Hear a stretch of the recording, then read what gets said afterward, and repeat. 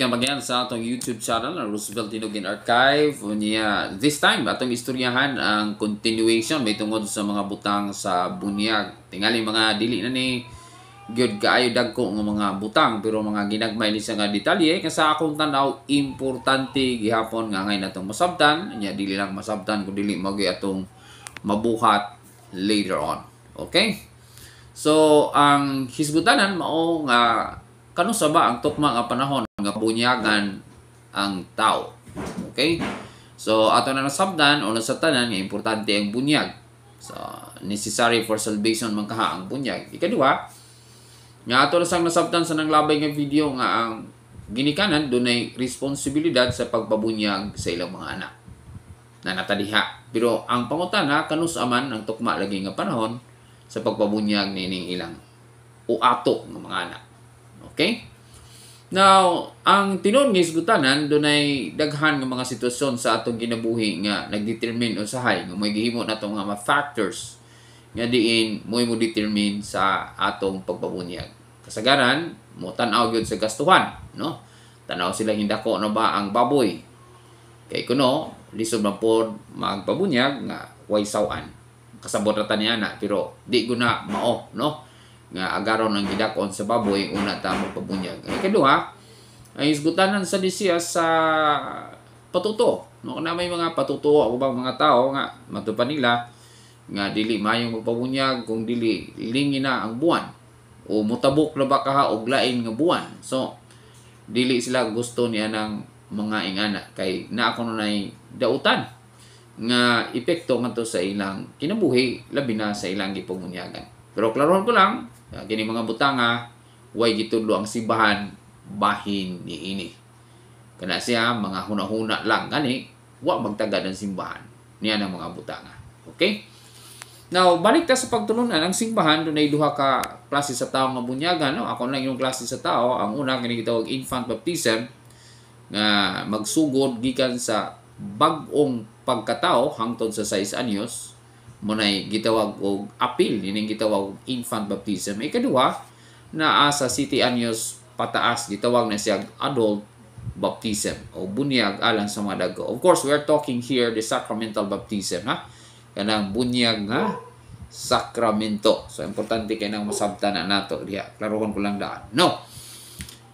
Ang simbahan mamunyag niining tanang klases tao, mabata man o tiguang, no? Dagko na nga naman kay sugo managha sa Dios miadtong giingon niya diha sa San Mateo kapitulo 28 19 ngadto sa 20 ingon siya nga bunyagan ang tanang tao, no, sa ngalan samahan ug sa anak ug sa espiritu santo. Himuan niyo ang tanang katawhan nga akong mga tinun-an ug bunyagi sila sa ngalan samahan ug sa anak ug sa espiritu santo. Ug tuloy sila sa tanan nga akong gitudlo kaninyo ug ako maguman kaninyo hangtod sa katapusan sa kalibutan. So, ang bata, tao man po, ang mga tiguang, tao man po, manang ang simbahan mo apil nining pagbunyag sa infant kung mga bata. Pero again, dili na to huwaton nga maabot sa kinutuban nga edad nga 6 anyos. Di ba? Ang gitudlo sa simbahan base sa giya sa Catechism of the Catholic Church atong pamalandungan, no, particular ang paragraph number 1250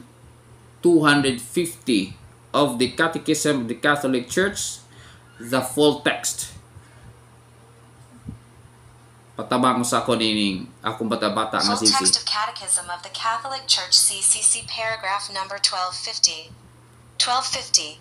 Born with a fallen human nature and tainted by original sin, children also have need of the new birth in baptism to be freed from the power of darkness and brought into the realm of the freedom of the children of God, to which all men are called. The sheer gratuitousness of the grace of salvation is particularly manifest in infant baptism. The church and the parents would deny a child the priceless grace of becoming a child of God were they not to confer baptism shortly after birth.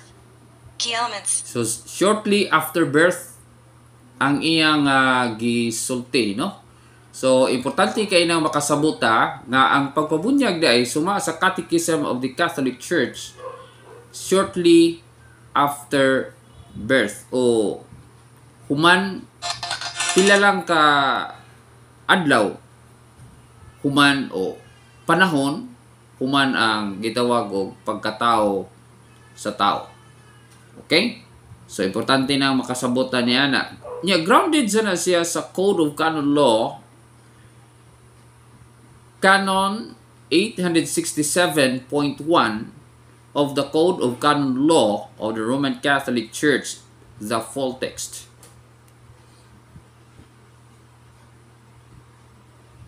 Patabang sa tani Sisi, mga higala, no? Naghinuktok pa si Sisi. Full text of Canon 867.1 of the Code of Canon Law. Canon 867 Section 1. Parents are obliged to take care that infants are baptized in the first few weeks. As soon as possible after the birth or even before it, they are to go to the pastor to request the sacrament for their child and to be prepared properly for it. Canon 800.